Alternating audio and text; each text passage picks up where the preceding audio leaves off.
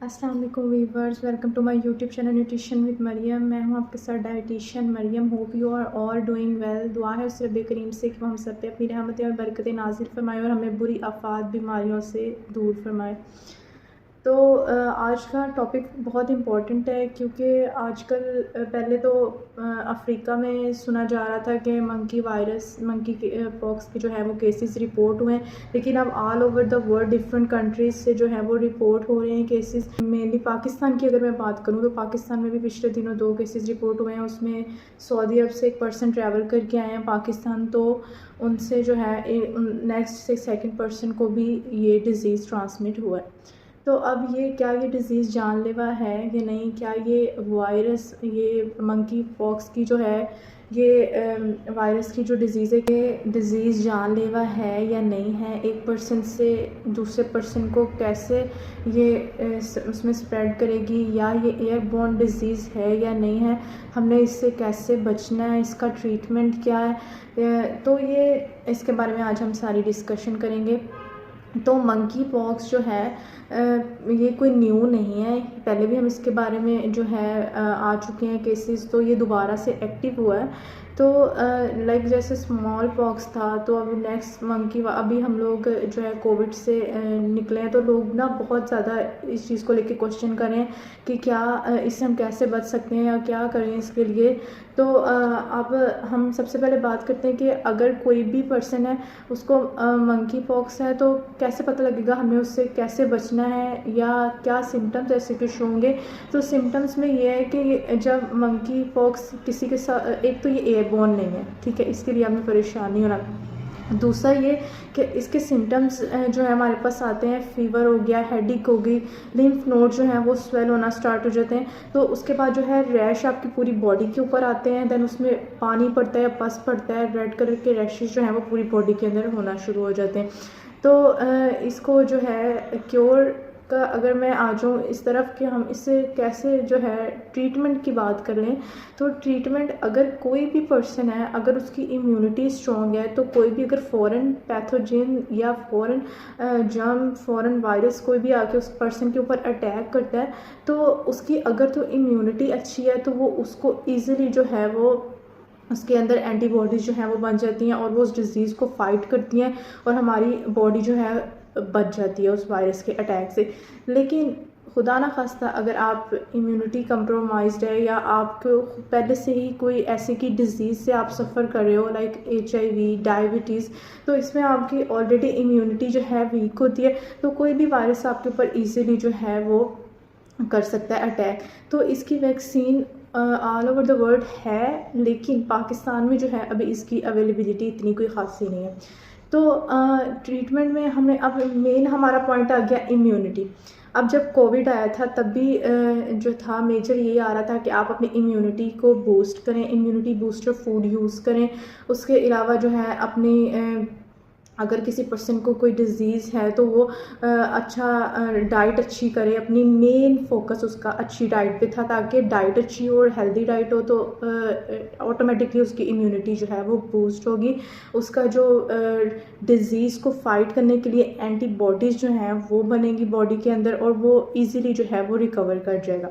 इसी तरह से मंकी पॉक्स का भी है, तो आप उसके लिए जो है अपनी इम्यूनिटी को स्ट्रॉन्ग करें, ताकि कोई भी खुदा ना खास्ता वायरस आप पे अटैक भी करता है तो आपको पता भी ना चले और आपकी बॉडी खुद ब खुद उसको रिकवर कर ले। तो कुछ यहाँ पे मैं आपसे इम्यूनिटी बूस्टर डाइट की, इम्यूनिटी बूस्टर फूड की बात करूँगी जो आपको अपनी डाइट में ऐड करनी चाहिए, ताकि जो है आप जो है स्ट्रॉन्ग रहें, आपके सेल्स जो हैं वो एक्टिव हों, सेल्फ फाइट करने की एबिलिटी उनकी अच्छी हो। नंबर 1 पे हमारे पास सिट्रस फैमिली से, सिट्रस जो है विटामिन C रिच होता है, हेल्प करता है बिल्ड करने के लिए हमारे इम्यून सिस्टम को। उसके अलावा प्रोडक्शन जो है वाइट ब्लड सेल की इंक्रीज़ करता है automatically, which are the key to fighting infection. Next on the list is bell pepper, specially red bell paper.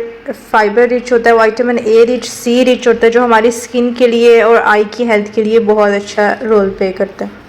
Broccoli जो है विटामिन ए, विटामिन सी और विटामिन ई का बहुत अच्छा इसके अंदर रोल है, जो इम्यूनिटी बूस्टर्स हैं। फैट सॉल्युबल विटामिन्स हमारे पास, मिनरल्स बहुत अच्छे प्रेजेंट होते हैं ब्रोकली के अंदर। हेल्दी फूड है, हेल्दी एक वेजिटेबल है हमारे पास, सैलड में भी यूज़ हो रहा होता है। तो फाइबर का अच्छा अमाउंट है इसके अंदर, कॉन्स्टिपेशन वगैरह से हमें बचाता है, जो कि बहुत सी बीमारियों का जो है स्टार्ट होता है, उनसे जड़ होती है बहुत सी बीमारियों की। तो उसके अलावा एंटीऑक्सीडेंट रिच है, फ्री रेडिकल्स को बाइंड करता है, तो इम्यूनिटी बूस्टर है हमारे लिए, आप ये ले सकते हो। Next on the list is garlic. Garlic जो है उसमें भी इम्यूनिटी बूस्टिंग प्रॉपर्टीज़ हैं, जो हमें एनर्जी देता है, हमारी इम्यूनिटी को स्ट्रॉन्ग करता है। Green leafy vegetables vitamin E rich होती हैं, स्पेशली स्पिनच एंटीऑक्सीडेंट रिच है, बीटा कैरोटीन्स हैं, ये दोनों जो है इन्फेक्शन फाइटिंग एबिलिटी है इनके पास, तो ऑटोमेटिकली ये बूस्ट करते हैं हमारी इम्यूनिटी को।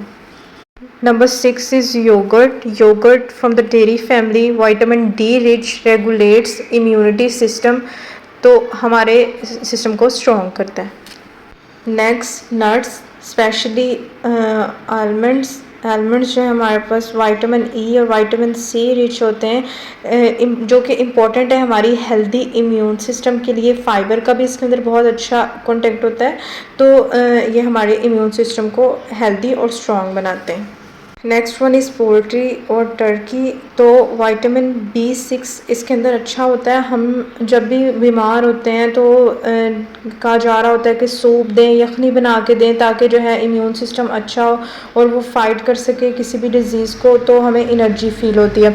तो विटामिन B6 रिच है, जो इम्पॉर्टेंट होता है हमारे बहुत से केमिकल रिएक्शंस के लिए जो हमारी बॉडी के अंदर हो रहे होते हैं। सेकेंडली ये इम्पॉर्टेंट है हमारी formation of new and healthy red blood cell in the body, तो ये हमारे लिए बहुत अच्छा है। Next one on the list is turmeric. इसके अंदर करक्यूमिन इसका एक एक्टिव कंपाउंड है, जिसके अंदर एबिलिटी होती है फाइट करने के लिए इन्फेक्शंस को, एंटी इन्फ्लेमेटरी, एंटी वायरल इसके अंदर प्रॉपर्टीज़ हैं, इम्यूनिटी बूस्टर है। Last but not least, sunflower seeds, vitamin E rich, important for regulating and maintaining our immune system. Mortality rate और डेथ रेट उन्हीं लोगों में देखा गया है जिनकी इम्यूनिटी कंप्रोमाइज़ थी, स्पेशली प्रेग्नेंट वुमेंस या वो पर्सन जो ऑलरेडी किसी डिज़ीज़ से सफ़र कर रहे हैं और उनकी इम्यूनिटी कंप्रोमाइज्ड है। तो आप अपनी मेक श्योर करें कि अपनी डाइट आपकी अच्छी हो। प्रिवेंशन में देखिए कि जो हमने सैनिटाइज़र्स जो हैं यूज़ करते थे लाइक कोविड वगैरह में, तो अपनी जो हैंड वॉश है इसका ख्याल रखें। कोई भी चीज़ आप टच करने से पहले ख्याल रखें कि आपने, हो सकता है कि उधर कोई ऐसा पर्सन पहले से उसने टच किया जो ऑलरेडी सफ़र कर रहा है इस डिज़ीज़ के साथ। उसके अलावा फ़िज़िकल कॉन्टैक्ट से मोस्टली अभी तक जो केस रिपोर्ट हुए उसमें यही था कि वो क्लोज़ कॉन्टैक्ट के थ्रू जो है वो रिपोर्ट हुए। तो आपने मेक श्योर करना है कि आप इन सब चीज़ों का ख्याल रखें। कोई भी चीज़ अगर आप बाहर पब्लिक टॉयलेट या कोई भी चीज़ ऐसी यूज़ कर रहे हैं तो सैनिटाइज़र्स का जो है वो प्रॉपर आपने यूज़ रखना है।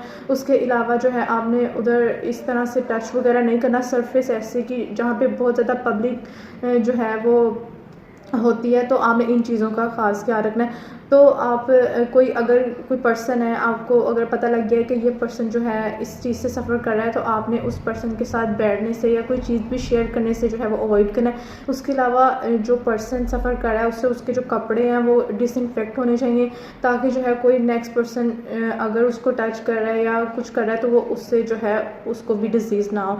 तो अपना और अपने इर्द गिर्द के लोगों का बहुत ख्याल रखें। अपने आप की केयर करें, सबसे पहले अपने आप की केयर करें, तभी आप दूसरों का ख्याल रख सकते हैं। आज के लिए इतना ही था। अपना और अपने इर्द गिर्द का बहुत ख्याल रखें। खुदा आपको हर बीमारी से दूर रखे। अल्लाह हाफिज़।